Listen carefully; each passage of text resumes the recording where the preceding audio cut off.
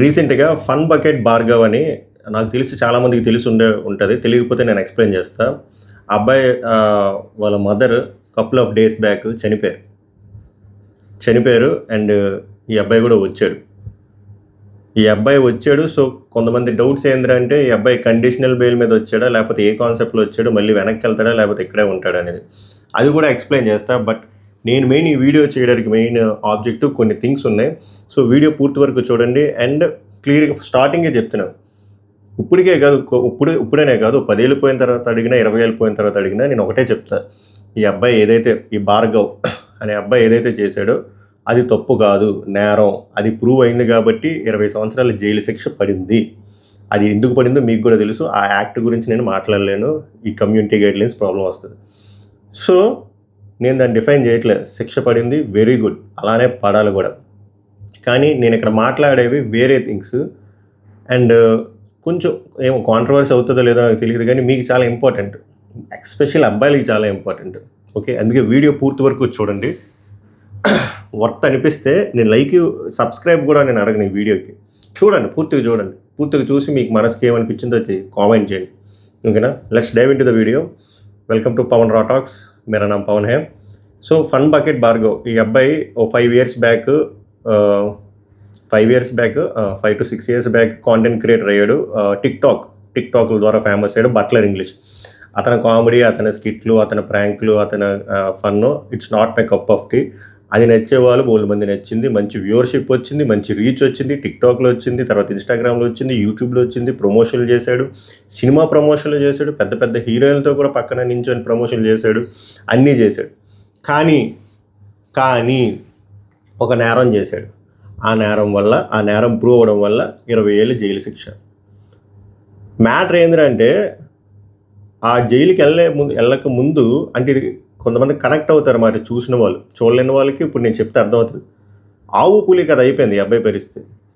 ఏంటంటే చెప్పాను కదా, చేసింది ఆ పాపం నేరం. So he deserved it. అప్పుడు చెప్పేవాడు ఈ జైలుకి వెళ్ళే ముందు కొన్ని ఇంటర్వ్యూలు ఇచ్చాడు, కొన్ని వీడియోల్లో చెప్పాడు. అండ్ తన ఇన్స్టాగ్రామ్లో కూడా చెప్పేవాడు వాళ్ళకి మదర్ బాగోలేదు, హెల్త్ బాగోలేదు అని చెప్పి కొన్ని వీడియోలు చేసి కూడా రీల్స్ చేసేవాడు.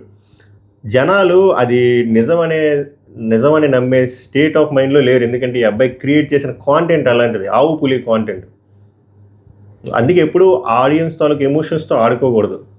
ఆడుకుంటే ఏది రియలో ఏది ఫేకో తెలియదు. కట్ చేస్తే మనకు ఇప్పుడు అర్థమైంది ఏంటంటే నిజంగానే వాళ్ళ మదర్కి కొన్ని ఇయర్స్ నుంచి బాగలేదు. ఈ అబ్బాయి ఏదైతే చెప్పుకొస్తున్నాడో నిజమే, కానీ ఈ అబ్బాయి చేసినవన్నీ ప్రాంక్ల వల్ల ఏది నిజమో ఏది అబద్ధమో కూడా తెలియట్లేదు. నేను అందుకే యూట్యూబ్లో కాంటెంట్ క్రియేట్ చేసినప్పుడు ఒళ్ళు దగ్గర పెట్టుకొని చేయండి. ఈ ప్రాంక్లు కానీ, మిస్లీడింగ్ కాంటెంట్ కానీ, నేను ఆ లచ్చక్క టీవీ వాళ్ళని కానీ, గల్లీ పోరీస్ కానీ ఎవరైనా ఇలాంటి ఫాల్తూ కాల్ని చేస్తే ఎందుకు తిడతాను, ఎందుకు దరిదాపుల్లో కూడా వెళ్ళొద్దు అని చెప్తానంటే ఆడియన్స్ ఇన్ఫ్లుయెన్స్ అవుతారు. అండ్ ఎవరైతే కాంటెంట్ క్రియేటర్స్ అవుదాం అనుకుంటున్నారో దీనికి రీచ్ బాగుంది, చెప్పాను కదా, పాజిటివ్ కంటే నెగిటివ్ రీచ్ ఎక్కువ ఉంటుంది అని చెప్పి ఇలాంటి కాంటెంట్ ఎంచుకుంటే ఇలాగే జరుగుతాయి. మనల్ని ఎవరు నమ్మరు, మనకంటూ క్రెడిబిలిటీ ఉండదు, ఆవు పులి కథలే అయిపోతుంది. సో ఇది మీకు బెస్ట్ ఎగ్జాంపుల్. ఏదైనా కాంటెంట్ క్రియేట్ చేసుకున్నప్పుడు మంచి సబ్జెక్ట్ ఎంచుకోండి, మంచి కాంటెంట్ ఎంచుకోండి. కానీ ఇటువంటి కాంటెంట్ దయచేసి ఎంచుకోవద్దు. ఇది జస్ట్ ఏమంటే టైం బీయింగ్ కొన్ని రోజులే మీకు ఆ ఫేమ్ కానీ ఆ వ్యూవర్షిప్ కానీ ఎప్పుడు దేకడు. ఈ అబ్బాయితో పెద్ద పెద్ద సినిమా వాళ్ళు ప్రమోషన్లు చేయించుకున్నారు. ఇప్పుడు ఎవరైనా దేకరు, ఎందుకంటే అబ్బాయి చేసిన పని అలాంటి. కానీ ఇప్పుడు ఏమైంది, వాళ్ళ మదర్కి ఈ అబ్బాయికి ఏమైనా సంబంధం, తప్పు చేసింది ఈ అబ్బాయి. కానీ అప్పట్లో వాళ్ళ మదర్ని కూడా తిట్టేవారు. ఐరనీ ఏందిరా అంటే వీళ్ళు తప్పు పట్టను ఇప్పుడు వాళ్ళని కూడా, వాళ్ళ ఎమోషన్స్ వాళ్ళకు ఉంటాయి. బట్ నేనేమంటే మీరు ఇప్పుడు ఎంపతి చూపించకపోయినా పర్లేదు, కానీ ఈ టైంలో కూడా తిట్టడం రాంగ్ అని నా అభిప్రాయం. ఈ టైంలో కూడా చాలామంది తిడుతున్నారు, వాళ్ళ మదర్ని తిడుతున్నారు, పాపం అబ్బాయిని తిడుతున్నారు. బ్రో, నేను ఒకటి చెప్తా, అబ్బాయి చేసిన తప్పుకి శిక్ష పడిపోయింది. ఇంతకంటే పెద్ద శిక్ష ఇంకా దేవుడు ఏమైనా వేస్తాడు? 20 ఏళ్ళు జైలు శిక్ష పెద్ద శిక్ష అంటే 20 ఏళ్ళు జైలు శిక్ష కంటే ఇంకా పెద్ద శిక్ష వాళ్ళ మదర్ లేరు. అది 20 ఏళ్ళ తర్వాత వచ్చిన వాళ్ళ మదర్ని తీసుకురాలేం కదా. సో తనకేమి పనిష్మెంట్ రావాలో దానికి వచ్చేసింది. సో వదిలేయండి అబ్బాయిని, అలా అబ్బాయిని వదిలేయండి. మీరు పాజిటివ్ కామెంట్లు పెట్టకపోయినా పర్లేదు, వదిలేయండి. ఇప్పుడు అబ్బాయి బెయిల్ మీద వచ్చాడు, ఒక 15 రోజులు ఉంటారంట. 15 రోజులు ఇవంతా ప్రాసెస్ అయిపోయి మళ్ళీ పంపించేస్తారు. 2 to 3 weeks మళ్ళీ వెళ్ళిపోతాడు. అదంతా సర్వ్ చేసాక మళ్ళీ బయటకు వస్తాడు. వచ్చిన తర్వాత మారుతాడో మారదా అనేది అబ్బాయి ఇష్టం. సో ఇప్పుడు ఈ సమయంలో కూడా అవసరం లేదేమో నా అభిప్రాయం. పాస్ట్ అయిపోయింది, గతం అయిపోయింది. ఇప్పుడు అతను గిల్టీ కాదని ప్రూవ్ అయ్యి బయట తిరిగితే మీ ఆవేదనకు అర్థం ఉంది. అండ్ అండ్ ఇప్పుడు సిచ్యువేషన్ కూడా మీరు ఆలోచిస్తే ఒక ప్రాణం పోయిన టైంలో ఇది అవసరం లేదని నా అభిప్రాయం. ఇది ఒకటి. నెక్స్ట్ మనం మాట్లాడదలుచుకుంది ఏంటంటే, అబ్బాయిలకి జాగ్రత్తగా వినండి. చాలాసార్లు చెప్పాను, మళ్ళీ చెప్తా, ఎన్నిసార్లు అయినా చెప్తా, ఎందుకంటే ఇది నీడ్ ఆఫ్ ఎన్ అవర్. మీరు కన్సెంట్ లేకుండా, చాలా కేసులు ఉన్నాయి, కేసు 1 కన్సెంట్ లేకుండా ఒక అమ్మాయిని మీరు ముట్టుకోకూడదు. అది చిటికిన వేలు కూడా ముట్టుకోకూడదు. కన్సెంట్ లేకుండా అమ్మాయి నీ గర్ల్ ఫ్రెండ్ అయినా, నీ ఫియాన్సీ అయినా, నీ వైఫ్ అయినా, ఎవరైనా సరే కన్సెంట్ లేకుండా ముట్టుకోకూడదు. ఈ పాయింట్ మీరు సీడు బలంగా నాటుకొని పెట్టుకోండి. అర్థమైందా? చాలా చాలా ఇంపార్టెంట్. ఓకే, రూల్స్ లాస్ చాలా స్ట్రిక్ట్గా ఉన్నాయి. స్ట్రిక్ట్గా ఉన్నా లేకపోయినా ఇదే ధర్మం. నో, ఒక అమ్మాయి ఆ సినిమాలో చెప్పినారు, ఒక అమ్మాయి నో చెప్తే నో మీన్స్ నో. కన్సెంట్ లేకుండా చెయ్యొద్దు. నెక్స్ట్, మీరు ఏదైనా స్ట్రాంగ్ రిలేషన్షిప్లో వెళ్ళాలనుకుంటే అసలు ప్లాన్ చేసుకొని చేయకూడదు. బట్ ఒకవేళ మీకు ఫీలింగ్స్ ఆపుకోలేకపోతున్నా కూడా మీరు ఒక 18 కూడా కదా, 20-21 సంవత్సరాల వరకు ఆగండి. ఎందుకంటే అప్పటి వరకు వచ్చినవన్నీ ఫీలింగ్స్ అది లవ్ కాదు. It's an attraction, infatuation, hormones overflow వల్ల జరిగే ప్రక్రియ తప్ప ఏం కాదు. మీకు ఏ థాట్ వచ్చినా 99% అది అట్రాక్షనే తప్ప ఇంకా చెప్పాలి అది ఇంకెందుకు లేదు. అది ట్రూ లవ్ కాదు.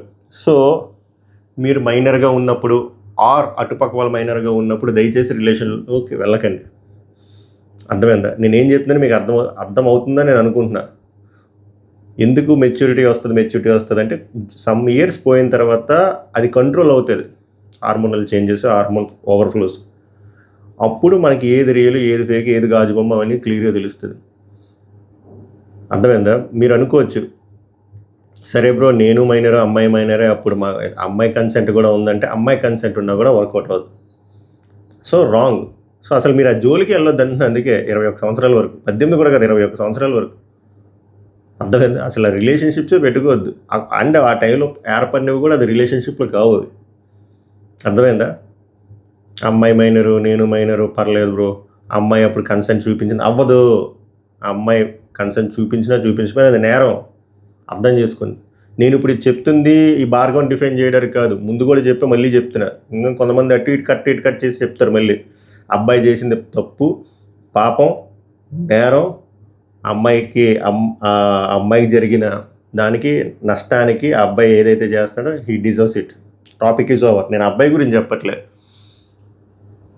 చాలామందికి మన రూల్స్ తెలియట్లేదు. చాలామందికి ఒక్కడు మూవీ రిలీజ్ ఎన్నిసార్లు జరిగిందిరా అంటే చెప్తారు. ఖుషి 4K కలెక్షన్ ఎంత వచ్చిందిరా అంటే చెప్తారు. వీటి మీద ఐడియా ఉంది, కానీ మన జ్యుడిషియల్ బాడీ తాలూకా సిస్టమ్ తాలూకా రూల్స్, లాస్, ఆ రెగ్యులేషన్స్ తెలియక చేస్తున్న మిస్టేక్లు చాలా ఎక్కువ అవుతున్నాయి. ఒకవేళ తెలిసింది అనుకోండి, అప్పుడు ఆ దరిదాపుల్లో కూడా వెళ్ళరు కాదని నా ఫీలింగ్. అందుకే అన్నిసార్లు నేను రిపీట్ చేస్తున్నాను. ఏదైనా మీరు ఏం చేసుకోవాలనుకున్నా కన్సెంట్ ఉండే చేసుకోవాలి. దట్టు మేజర్ తర్వాతే చిటికిన వేలు పట్టుకోవాలన్నా. I hope you what my point. చాలా ఇంపార్టెంట్, గుర్తుపెట్టుకున్నది చాలా ఇంపార్టెంట్. లైఫ్లు మారిపోతాయి. పెద్ద మూవీలో చెప్పినట్టు మళ్ళీ పుడతామా ఏంటి అన్నట్టు ఒకటే లైఫ్. అది చాలా జాగ్రత్తగా కాపాడుకోండి, జాగ్రత్తగా. ఓకేనా? ఒక్క తప్పు చేస్తే డన్ అండ్ డస్టెడ్. ఇందులో నాకు ఇంకోటి, ఇది కాంట్రవర్సీ అని ఎందుకు అవ్వచ్చు అని ఎందుకు అన్నాను అంటే, అబ్బాయితో తప్పుగా చేసాడు, నేరం చేశాడు, గిల్టీ అని ప్రూవ్ అయింది, శిక్ష పడింది. ఓకే, సర్వ్ చేస్తున్నాడు, సర్వ్ చేయాలి కూడా. సేమ్ థింగ్ ఒక ఎమ్మెల్యే కొడుకు కానీ, ఎంపీ కొడుకు కానీ, సెలబ్రిటీస్ కొడుకు కానీ, ఫిల్మ్ యాక్టర్స్ కొడుకు కానీ, బిజినెస్ మ్యాన్ కొడుకు కానీ జరిగితే అలా జరుగుతుందా అంటే అలా జరగట్లేదు. ఎందుకు అలా జరగట్లేదు? పేదవాడికి ఒక రూలు, ధనవంతుడికి ఒక రూలు. ఇంకా చెప్పాలంటే పేదవాడికి మళ్ళాంటి మిడిల్ క్లాస్ మెంబర్స్కి ఒక లా ఒకలా పనిచేస్తుంది, రిచ్కి ఒకలా పనిచేస్తుంది. అది నాకు నచ్చదు. మన ఇండియాకి నిజమైన స్వాతంత్రం ఎప్పుడు వచ్చిందని నేను ఫీల్ అవుతాను అంటే, ఎప్పుడైతే మన లా poor middle class, rich, upper rich, ultra రిచ్కి ఒకే టైప్ లా ప్రకటిస్తారో, ఒకే టైప్ ఆఫ్ శిక్ష వేస్తారో, ఆ క్షణం, ఆ రోజు, ఆ క్షణం, ఆ మినిట్ నేను ఎప్పుడు ఫీల్ అవుతాయి ఇండియాకి ఇప్పుడు నిజమైన స్వాతంత్రం వచ్చిందని చెప్పి ఇలా సిల్యూడు కొట్టి ఇలా శిరస్సు ఉంచి నేను సారీ చెప్తా, నేను ఇప్పుడన్న మాటలకి. అది జరగాలి. మిడిల్ క్లాస్ పర్సన్ పూర్ పర్సన్కి ఒకలా అల్ట్రా రిచ్ సెలబ్రిటీస్ కొడుకులు ఎంపీ కొడుకులకి ఒకలా ఉండకూడదు సార్. అది మారాలి. అది మారుతుందంటే మారట్లేదు. అది ఎప్పుడు మారుద్దంటే మనం ప్రశ్నిస్తూనే ఉండాలి. తప్పదు. ఇది చాలా టీడీఎస్ ప్రాసెస్.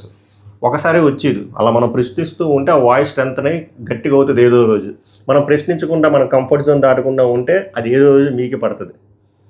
సో ప్రశ్నించండి. మీకు ఏమైనా తప్పు అనిపిస్తే ఇలాంటి వీటిల్లో ప్రశ్నించండి, గట్టిగా ప్రశ్నించండి. నేను ఒక స్పెసిఫిక్ పర్సన్ గురించి చెప్పట్లేదు, సిస్టమ్ గురించి చెప్తున్నా. సిస్టంలో ఉన్న లూప్ హోల్స్ గురించి చెప్తున్నా. సిస్టంలో ఉన్న ఇంకో లూప్ హోల్ ఏంద్రా అంటే ఇక్కడ కొంతమంది అఫెండ్ అవ్వచ్చు. ఇది కూడా ఫ్యాక్టే, ఇది కూడా ఒక హార్ష్ రియాలిటీ. ఇందాక నేను ఎలాగైతే పూర్ మిడిల్ క్లాస్ పీపుల్కి ఒకలా, అల్ట్రా రిచ్ పర్సన్స్కి ఒకలా అన్నానో, ఇక్కడ అబ్బాయిలకు ఒకలాగా అమ్మాయిలకు ఒకలాగా ఉండకూడదు సార్. అబ్బాయి తప్పు చేసినా అమ్మాయి తప్పు చేసినా శిక్ష ఒకలానే ఉండాలి. ఇక్కడ అమ్మాయిలకి రిజర్వేషన్ ఉండకూడదు. అమ్మాయిలకి రిజర్వేషన్ వేరే వీటిలో ఉండాలి కానీ పనిష్మెంట్లో రిజర్వేషన్ ఉండకూడదు. మొన్న పూణే ఇన్సిడెంట్ అయినా, దాని ముందు వేరే ఏ అస్సాం ఇన్సిడెంట్ అయినా, నెల్లూరు ఇన్సిడెంట్ అయినా, ఢిల్లీ ఇన్సిడెంట్ అయినా అబ్బాయికి అయితే వెంటనే శిక్ష పడిపోద్ది. రిచ్ కూడా అవసరం లేదు, పడిపోద్ది. అమ్మాయి మిడిల్ క్లాస్ అయినా కూడా సేవ్ చేస్తారు. ఆమె మెంటల్ ఇష్యూ బాగోలేదు, సైకలాజికల్ ఇష్యూ బాగోలేదు, లేదా అబ్బాయే తేడాగాడు ఇవని చెప్పి ఎందుకు ఆ డిస్క్రిమినేషన్? మీరు రిజర్వేషన్ ఇవ్వాలంటే అమ్మాయిలకి వేరే ఇష్యూలో చూపించండి. తప్పు చేస్తే ఇందాక నేను ఎలాగైతే చెప్పానో రిచ్ అయినా మిడిల్ క్లాస్ అయినా పూర్ అయినా సమానమే. అలాగే తప్పు చేస్తే అది ఆడవాళ్ళైనా మగవాళ్ళైనా సమానంగానే ఇవ్వాలి తప్ప ఆడవాళ్ళకి ఒక రూలు, మగవాడికి ఒక రూల్ ఉండకూడదు. ఈ రెండు ఎప్పుడైతే మారుతాయో అప్పుడు నేను చెప్తా మన భారతదేశంకి నిజమైన స్వాతంత్రం వచ్చిందని చెప్పి.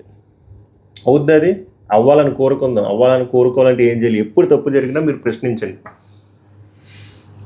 గట్టిగా ప్రశ్నించండి. దానికోసం యూట్యూబ్ ఛానల్లో పెట్టవలసిన లేదు.